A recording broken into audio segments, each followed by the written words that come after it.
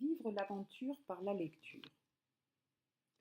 J'ai été puni un jour, c'est, je crois, pour avoir roulé sur la poussée d'un grand, entre les jambes d'un petit pion qui passait par là et qui est tombé derrière par-dessus tête. Il s'est fait une bosse affreuse et il s'est fâché. Il m'a mis aux arrêts. Il m'a enfermé lui-même dans une étude vide, a tourné la clé, et me voilà seule entre les murailles sales, devant une carte de géographie qui a la jaunisse, et un grand tableau noir où il y a des ronds blancs et la binette du censeur. Je vais d'un pupitre à l'autre.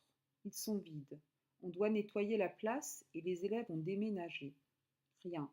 Une règle, des plumes rouillées, un bout de ficelle, un petit jeu de dames, le cadavre d'un lézard, une agate perdue. Dans une fente, un livre.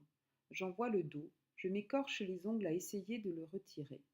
Enfin, avec l'aide de la règle, en cassant un pupitre, j'y arrive. Je tiens le volume et je regarde le titre. Robinson Crusoe. Il est nuit. Je m'en aperçois tout d'un coup.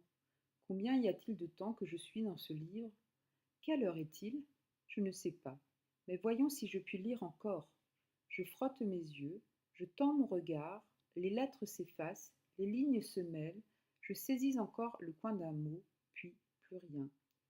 J'ai le cou brisé, la nuque qui me fait mal, la poitrine creuse.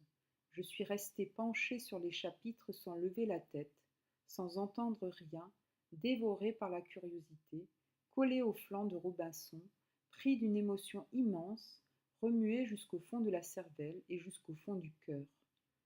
Et en ce moment où la lune montre là-bas un bout de corne, je fais passer dans le ciel tous les oiseaux de l'île, et je vois se profiler la tête longue d'un peuplier, comme le mât du navire de Crusoé.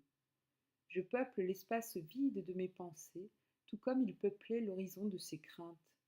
Debout contre cette fenêtre, je rêve à l'éternelle solitude, et je me demande où je ferai pousser du pain. La faim me vient, j'ai très faim. Vais-je être réduit à manger ces rats que j'entends dans la cale de l'étude? Comment faire du feu?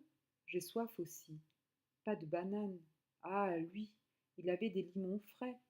Justement, j'adore la limonade.